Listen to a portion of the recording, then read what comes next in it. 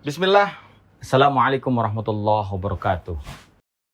Alhamdulillah, salatu wassalamu ala rasulillah wa ala alihi wa sahbihi wa mawala. Sahabat budiman, senang sekali dapat berjumpa lagi di channel YouTube Bimatren Darussalam Indonesia.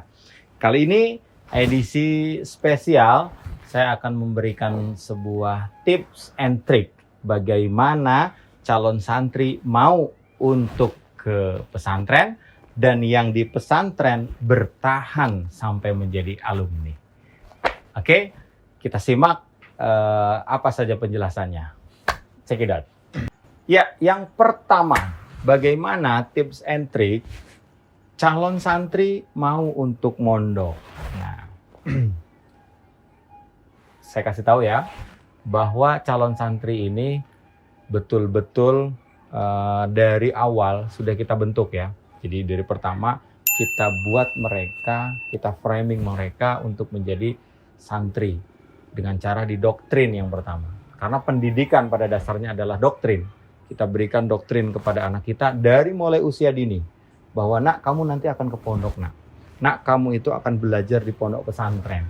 Di pondok pesantren itu seperti ini, seperti ini, seperti ini. Terus di framing setiap hari sehingga ketika kita sudah mendoktrin anak tersebut dari kecil, maka anak tersebut akan terframing untuk mau masuk pesantren. Dan yang kedua, setelah sudah didoktrin, sudah diberikan edukasi, nah yang kedua, berikan anak kita sebuah pengalaman yang berharga, yaitu dengan cara kita datangi pesantren-pesantren yang memang menjadi sebuah tujuan ayah bunda. Jadi kita lihat misalkan pesantren ke Gontor, ke pesantren Ashifa, ke pesantren yang lain. Yang memang itu menjadi tujuan, survei. Nanti pesantren itu seperti ini loh. Nah, tempatnya seperti ini, akan banyak sekali ilmu yang kamu dapatkan.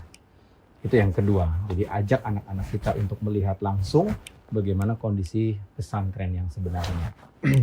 Kemudian yang ketiga, berikan frekuensi yang sama kepada calon santri. Maksudnya bagaimana? Frekuensi supaya teman-temannya itu sama. Karena biasanya anak kita ini ketika mau melanjutkan sekolah, ini terpengaruhi oleh temannya. Maka dengan teman-temannya ini harus kita satu frekuensi.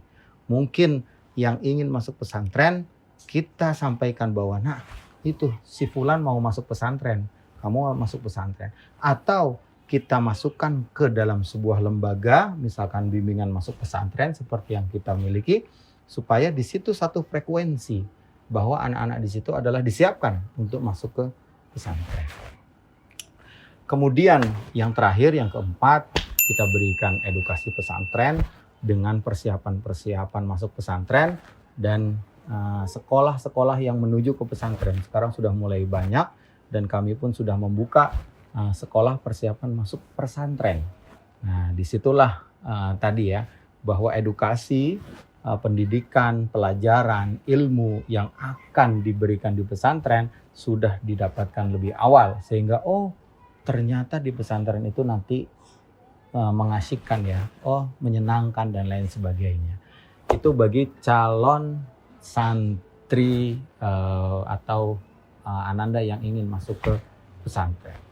Nah, sudah tahu kan bagaimana tips and trick calon santri supaya mau mondok, mau di pesantren. Nah, sekarang bagaimana yang sudah di pesantren? Nah, yang sudah di pesantren, tipsnya supaya bertahan sampai lulus, yang pertama, kita harus ikhlas dan ridho dari orang tuanya dulu.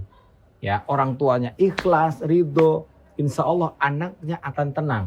Tapi sebaliknya ketika orang tuanya, anaknya di pondok mungkin aduh lama tidak ketemu, kangen dan lain sebagainya. Nggak ridho, nggak ikhlas, ini juga akan mengganggu psikis dari anak di pondok tersebut gitu kan. Ya, jadi ayah bunda harus ikhlas dan ridho.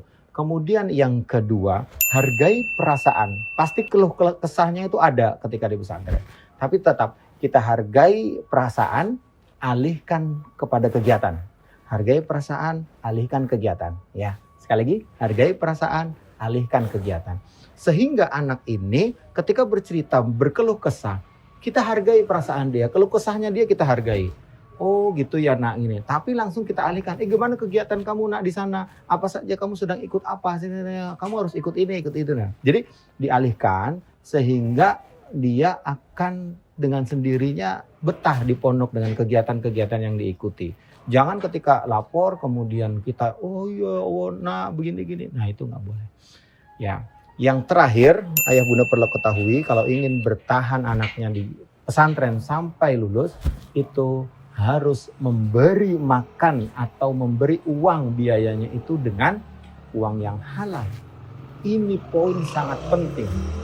Ketika kita memberikan yang halal, maka anak kita insya Allah akan menjadi orang besar.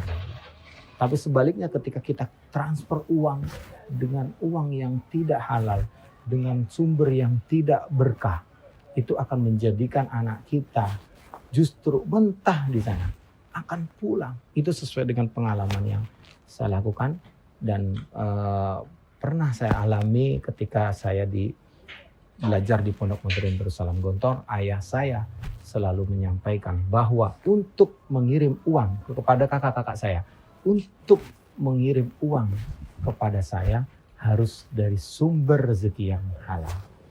Itu saja, mudah-mudahan bermanfaat, berkah selalu, sehat selalu. Wabillahi taufiq wal hidayah. Assalamualaikum warahmatullahi wabarakatuh.